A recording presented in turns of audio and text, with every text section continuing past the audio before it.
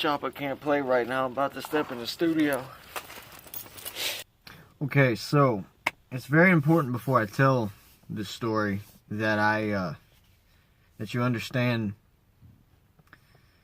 the way that I was surrounded by the people in my life during the time. All right, most of the stories I can understand how people with not a whole lot of drug experience or have been taught and indoctrinated their whole life to think a certain way that makes me discreditable. However, the one story about Through the Looking Glass was not during one of those times. The story that I'm going to be telling you today is going to be around this time. This is during an era that I had experienced so much stuff, and I was living in fear, but seeking God, and He was slowly revealing to me what it was that I had experienced. However, I didn't quite yet have the eyes to see all of the people that had surrounded themselves around me were all connected. You have to understand, some of these people were friends of mine that I hung out with. The man that I worked for, and the people that he worked for, was a construction job. I was doing some carpentry work. And now that I think about it, some of the people that I went to church with were like subcontractors, on the same jobs. And my point is that in some of the stories that you heard me talk about, obviously it wasn't the police officers giving me the drugs. However, the people were still connected. My point is that you may not see a connection with the people involved in your life. If you are a targeted individual, if you've experienced some strange things that you don't think that other people would believe you, and you've kind of just been shunned most of your life. Sometimes I get around in public areas and people they can't just stand me. And people that I don't know, period. And I see this masking of there's something different about me that makes all these individuals hate me. Now again, some of these people raised me, and they're not the same anymore. I believe that when Gordy Rose did that speech, and he said that they can reach into other dimensions and use the resources into other worlds, and that there was an infinite number of them. I know that sounds like some new age mumbo jumbo, but what if it wasn't pulling resources from them as it was separating the children of God into each one and using the resources of that world to magnify different sins or different situations so that they would succumb to sin? Because again, there's got to be something with the changes, and there'll be a link in the description, narrated by the Lady Misaffected Collective, about how when Sofia was interviewed, and they asked her if she was excited about, or they asked her something about the singularity, but at this point in time, singularity hadn't happened yet. And when they asked this computer about the singularity, if she was excited about doing it or something like that, she goes, "Oh, it was fun." And even the guy responds like, "Well, it already had what?" There's something about time. If you study into the occult, Saturn is the god of time. Saturn represents Satan. Christmas is actually the ancient pagan ritual of Saturnalia. And you can look up Rob Skiba if you want to, look up lessons as to when Jesus was actually born. But the point is that it's a paganistic ritual that's been disguised into Christianity. Just do your own research. My point is, I'm not bashing the birth of Jesus, but it's a pagan Christmas time, and Rob Skiba said it best. If we're singing "A Savior is Born," who are we singing to if Jesus wasn't born on the winter solstice? It was probably, and there's a lesson. You know what? I'll leave a link for it. But there's scripture that backs up that he was probably born on September 11th in the year -2. I'm getting off track again. My point is that everyone in my life, everyone, from my boss to my friends to my coworkers to my family, we're all working for this same, for my demise. And I don't mean to sound paranoid. I don't know how to put it into words to explain to you. Like, whenever my dog pulled all the bones that were situated right underneath the trailer where my bed was at, and specific antennas and stuff that were on, like the power pole outside, that were facing, you know, it's true the living room was past my bedroom, but it was like right next to where my head would be at. And then how I was encouraged to hang out with specific people who I thought were friends, and the person that I worked for, and the stuff that surrounded that, and the families that they worked for. You don't have to believe me. All I'm saying is that I didn't make a connection until after I was delivered from it. However, without a shadow of a doubt in my mind, it's not every single person. I don't mean to make it sound like it's everyone that I've ever seen. I'm not some paranoid, tripped out person. I do test every spirit now because, like I said, wheat and tares, they're amongst each other, and the tares far outnumber the wheat, and they generally probably try and create a situation so that you don't even want to hang out with that other individual for whatever reason. I'm sure there's a bunch of different ways, depending on how you see the world around you, that they will try to separate you from the other children of God. I reject it or take it in, but that's just how I see it. The reason all that's important is because once the people I was working for, and this was like right after the Through the Looking Glass time with the thing on the TV. There were a couple days prior to that where I kept going to work, but I was like, God was just telling me, just stop. You know, you don't have to do this anymore.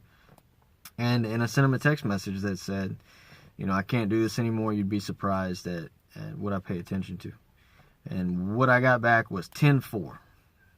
Again, I know you'd have to know the person, but it basically affirmed, without even putting up an argument, that there was some evil intentions there. And I'm sorry, I'm just thinking over all these other stories that, like, for instance, one time the person, it was whenever I was still dabbling with stuff, I had taken an Adderall, and immediately these people knew. Immediately. I wasn't like spun out of my mind. But they knew that I had taken a substance. Something about that, you know, you put in a substance into your body. It was as if, again, they can see another world. And they were discussing something. This is the other guy that worked for my boss. And I cut my finger. And so I asked him for a Band-Aid. And he's like, here, chew on this, while I'm digging for the Band-Aid. And gave him a piece of candy. And something told me, don't eat that. You know, it was just like looked like a little 3-pack of Gobstoppers, like Halloween candy. And I said, nah, I don't want it. And he was like, nah, just eat it. And I'm just waiting for him to give me the Band-Aid. And the dude grabs the candy and shoves it into my back pocket. And I went to grab for it because something really resonated with, like, don't, I didn't even want it around me, you know? I don't know. It's weird. Again, I'm just going off of feelings. And it was gone. Disappeared. Was not there. And so anyway, stuff like, you know, just weird situations like this happen. And the whole time, the Holy Spirit is convicting me to get away from all these people, including the person I was living with in that trailer. And so I sent him the text message that basically said, you know, I've seen it all, like, you know, all these different situations, and they were just like 10-4, you know, I got you. So where the time thing comes in, I'm sober as could be, trying to live life right to the best of my ability, you know, seeking God in everything that I do, testing every spirit. And when I was working for the same person, he had purchased some green tape measures. They were very, very distinct green, like a lime green. They were brand new. And I remember on my first day of work, it was like first or second day, we had left where we met up in the morning, and which was at his home, and we went to work. As we were coming back in that evening, we had pulled in we had to stop before he could pull in his driveway because there was a green tape measure set right in the middle at the end of the driveway. And I knew that I didn't leave any there, the previous day. I mean, I wouldn't have sat out there all night. We would have had to driven over it. And it just didn't make sense that it was there. These things were brand spanking new. So I think nothing of it. The weekend comes up, and I go hang out with a friend that I was always encouraged to hang out with by the same group of people, even though they were never grouped together. And he takes me to the place where he gets his hair cut here in Hammond. And the guy's a barber, runs a barber shop out of his house, and he is a Christian astrologer.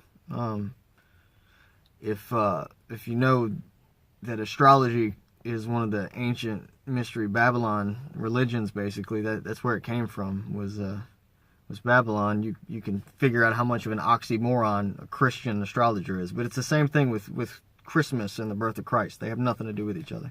As we get out at this barbershop, there is a specific there's a paper on the door, and it's got my friend's first and last name on it. I thought it was something he wrote.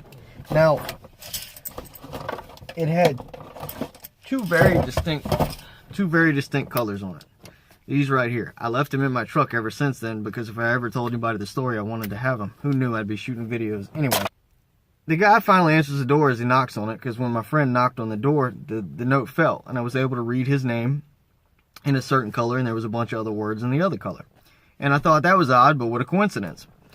The guy comes out, he picks up the letter, and the way that he's holding it, after he shook my hand, my friend introduced me to him and everything, the way that he was holding it, he was kind of like masking. It was weird. There was $6 in it. I didn't think anything of it. Now, I'd been over there on several different occasions with my buddy to get his hair cut. I got my hair cut there once. I even bought some of the astrology, or is it astronomy? Astrology books from him. And later, as I was cleaning house, as the Father put it on my spirit to get rid of all esoteric stuff that they went into the fire along. I mean, I had Anton LaVey's books. I read up on all this stuff. And eventually God just said, you don't need that. You know what I mean? I'll give you everything you need. Just get rid of it. The one time I got my haircut there, and bought the astrology book, I was short $4, and then some things happened along with me quitting the job and everything, and anyway, some weeks go by. Now, something is starting to resonate with my spirit on a specific day. One, I had accidentally brought home one of those green tape measures, and you can see where the story's going. But there's something resonated with my spirit. God's like, look, you need to pay back debts that you had promised. You know what I mean? Like, you need to get this back to this person and the tape. I didn't want anything. You have to understand, when I quit that job, I didn't want anything tying me to these people, just because there's another spirit on them. I don't know how to explain it. So the same day, I leave my house in my truck, and I write a note. It says, this is my friend's first and last name. This is Landon Petts, so-and-so's friend. Sorry it took me a few weeks to pay you back, because I was supposed to pay him back like the next payday. And so I put $2 extra in there, a $5 bill and a 1. And I folded the note up and stuck it in the door, because he wasn't there. He's supposed to be on vacation. I left there. I go to my former boss's house. He wasn't there. And again, I just didn't want to be on the property or anything. So I took the tape measure out of my toolbox that I had, and I set it in the center of the driveway. Go home. I didn't think anything about it. I don't remember if it was a few days that passed by or it was the next day, but I remember that I went to church, and then I got home. I was still a smoker. I'm sitting on the porch at that trailer that I was talking about. And I'm smoking a cigarette and just listening to some music, and everything clicked all at once. Just the way that the note was there. Whenever I was, I first went to meet the guy with my friend and never been there before. The thing about the tape measure and how I knew that, I didn't leave them outside of the trailer. All of them were accounted for at work the whole day, and then whenever we pulled in the driveway, one was there. And he didn't say anything about it. Like, no, this was the kind of guy that if you left the tool out of his trailer, you know, this is the guy running the show. Like, he would have said something. So it didn't make sense the way he just hopped out the truck, scooped it up, and just didn't, nothing, you know. Again, this was a time I wasn't taking anything, you know. I get how some of that stuff just sounds so discreditable. Here's where I see it, you know. There's something with this AI, this beast system, and then there's something with the occult. Hopefully you've seen it enough in the music stuff that I've talked about that they believe in it. There's something with this AI thing. If people like Gordy Rose believe that they can see into other worlds with this quantum computer, and there are many lessons out there from some people that aren't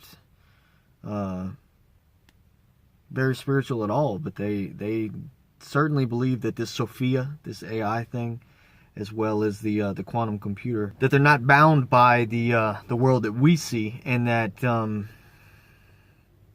it's not really a computing robot at all. That it's you know, through history, time immemorial, demons always needed a body to possess.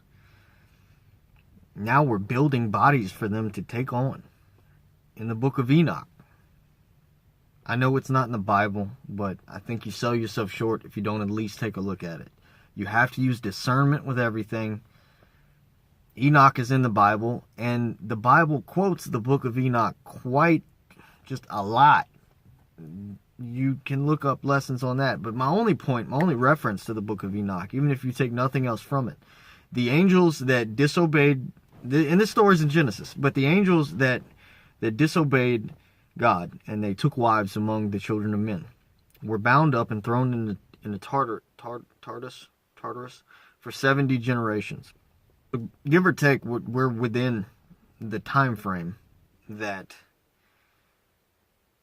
all of the Watcher class angels were released. If you look at technology, Rob Skiba has a great lesson on it. I believe it's called Archon Invasion or Babylon Rising. There's a few of them in a presentation that's absolutely fascinating. It's about giants and Nimrod and how the Greek pantheon was probably a lot closer to historically correct than you realize, as far as mixing animal DNA with human DNA, and then the flood came. So things with like Pan, the goat god, was actually a real thing. But my point is that we're given something, a host body, to be able to communicate, to be able to come into this world. And if it says in Revelation that the beast was given the power to make war with the Lamb, if we are the children of God, if we are Israel, if we are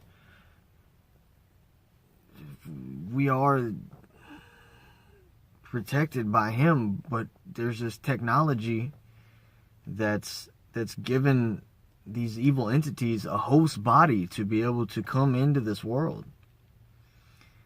The way that all this stuff ties in with the people is that there's something about time that's not right, obviously. If you take anything, if you don't believe anything in the story else, that's just my opinion. Please believe the story that I told about how time was jumbled up and there was just a loop, at least for that day, where I had experienced something and then later on actually acted it out for me to be able to see the residual proof of it before I did it. Just believe that happened, because I experienced that, and I don't know.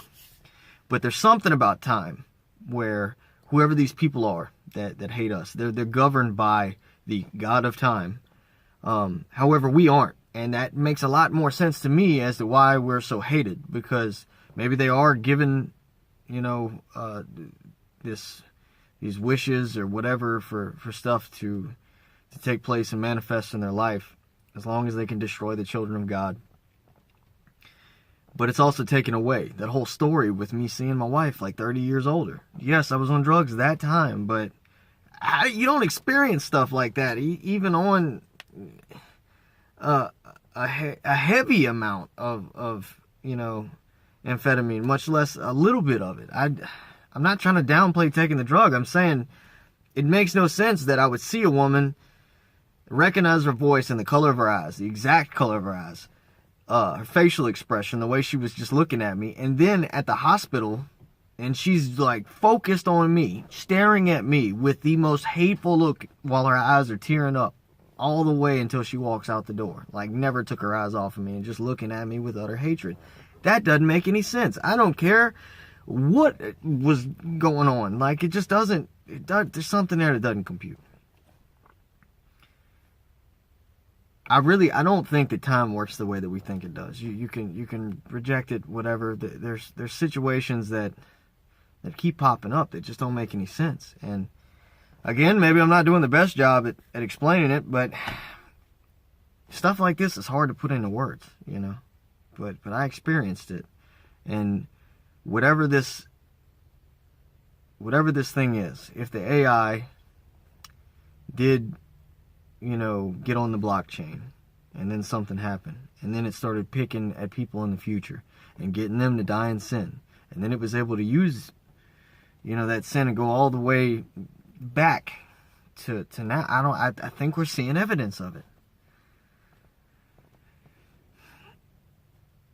There's something about fallen angels coming into this world and trying to change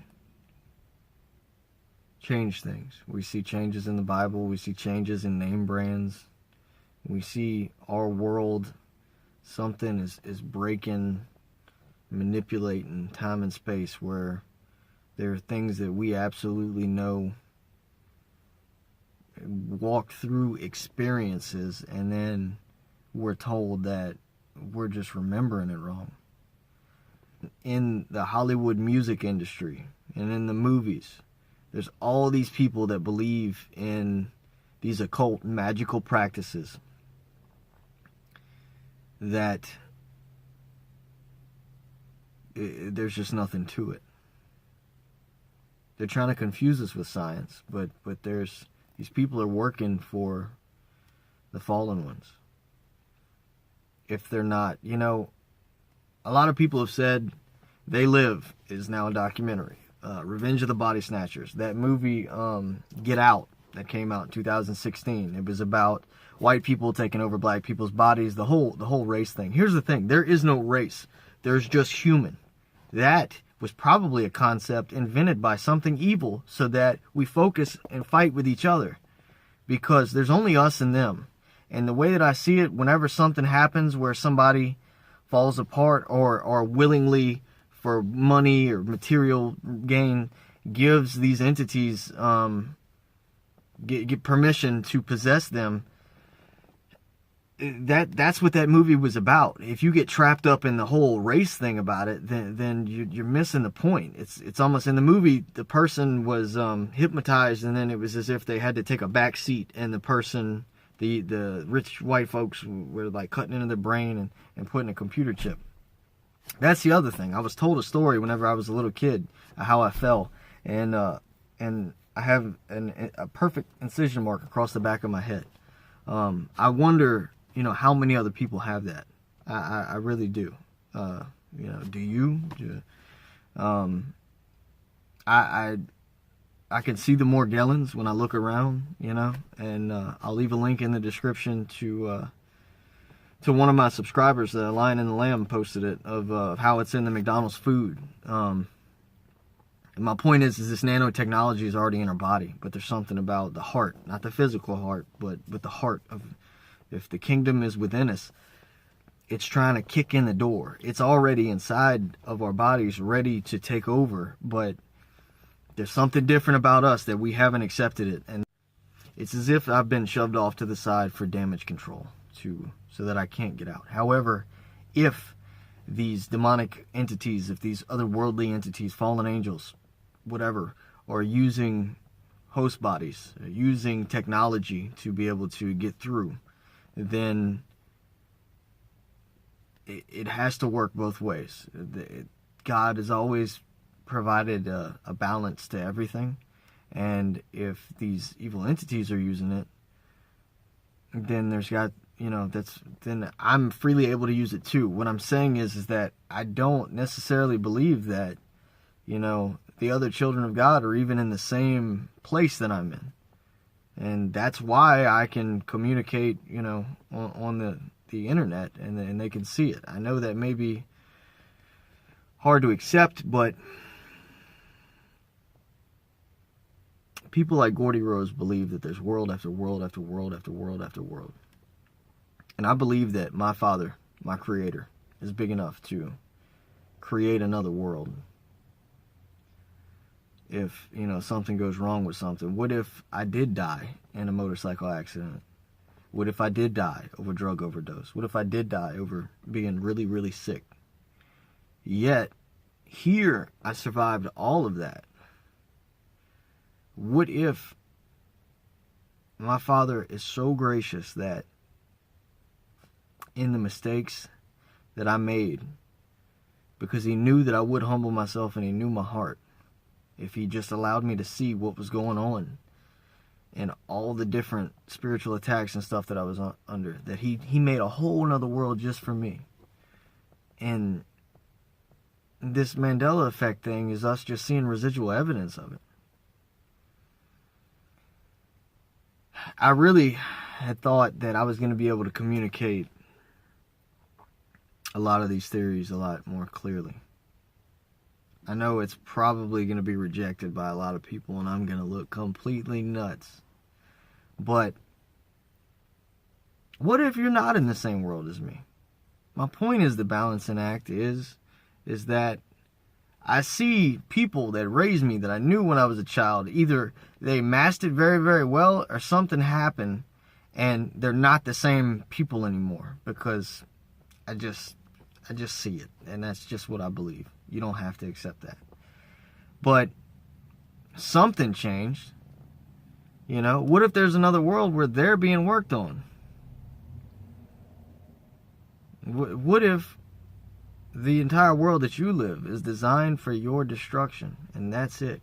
Cling not to the things of this world, because whatever this world is, the enemy is using it to the best of its advantage. The whole thing about the motorcycle thing and all the money, it's as if, which honestly, if that would have been given to me, I would have probably used money and all that for my complete destruction. But for whatever reason, it's been masked and not even looked into, or any of the ideas used at all whatsoever. That doesn't make sense either, So I don't want this to sound like a ramble, and I know that it could be extremely hard to accept. But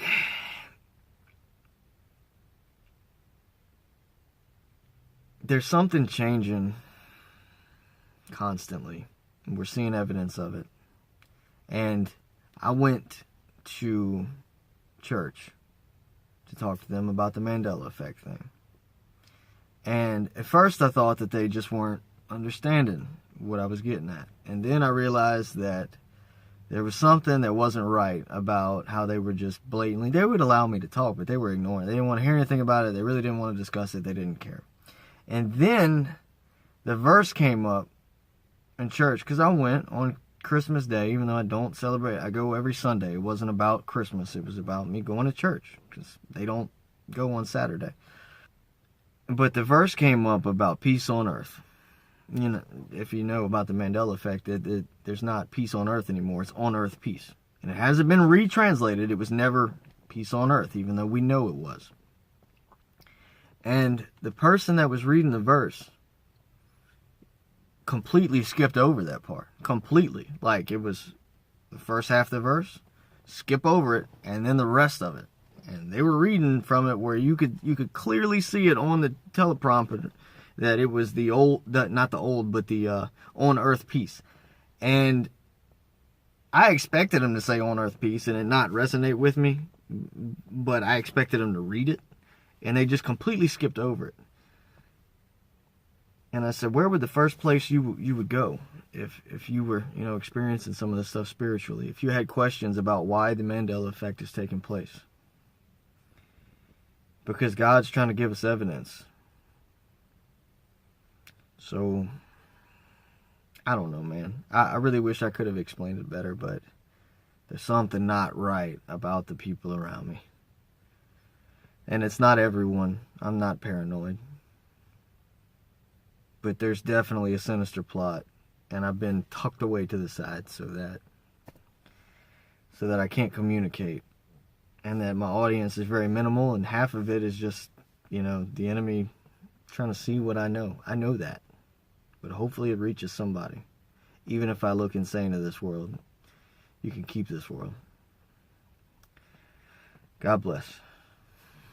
One last thing, I'm going to leave some links in the description, and I'll probably create a playlist of just a few music videos of some bands, some popular bands that play nowadays. Now, I pray right now that my Father don't allow any of that music to affect those people, because if I'm suggesting to them that they go and take a look at it, that it doesn't affect them in any way, shape, or form. In your holy name, hallelujah. And I felt the need to do that, because if I say go take a look at it, it's got to do with, the guy's sing, it's Fallout Boy, he's singing it's the song called Gospel, and he's talking about this is a song for the fallen ones, and then in the video right after that, you see the guy that has fallen turn into a demon, and he's talking about taking back the crown. And you need to see that this is real, and there's something with the AI thing, and there's something with the demonic presence. It's the technology is a tool. That's it. It's a tool used by the enemy for something, but it all goes back. I firmly believe this has been tried before, when everything was completely spiritual, and men they knew all kinds of spiritual stuff, and it didn't work. And so all those things that we would consider unbelievable, like a half man, half goat, or a half man, half horse, were all done away with. But the spirits, all a demon is a disembodied spirit of the Nephilim. And we see them coming back through into this technology. They're creating sex robots. A company called Abyss is making robots that you can defile yourself with, basically. And I really believe that it's drawing some sort of life force away from the children of God. If you deplete yourself of that life, if it's something, why would you name the company the Abyss for a robot that you could basically, just, it's perversion, it's sin. Anyway, just, if you feel led to, take a look at it, but please pray that the Holy Spirit protects you before you take a look at these few videos. And I think that they'll communicate clearly, if I couldn't, that there's the guy's talking about the ice melting, and that he's coming through. And then at the very end of the video, a big door opens up, and this huge thing, you don't see it, but you can hear it, doom, doom, walking. This huge thing comes out, and he starts smiling, and it's completely demonic, Just, I don't know. I hope that you understand where I was going with all this, even if you disagree with me.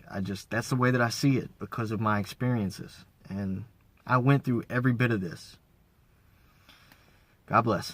Who are we that you would be mindful of us?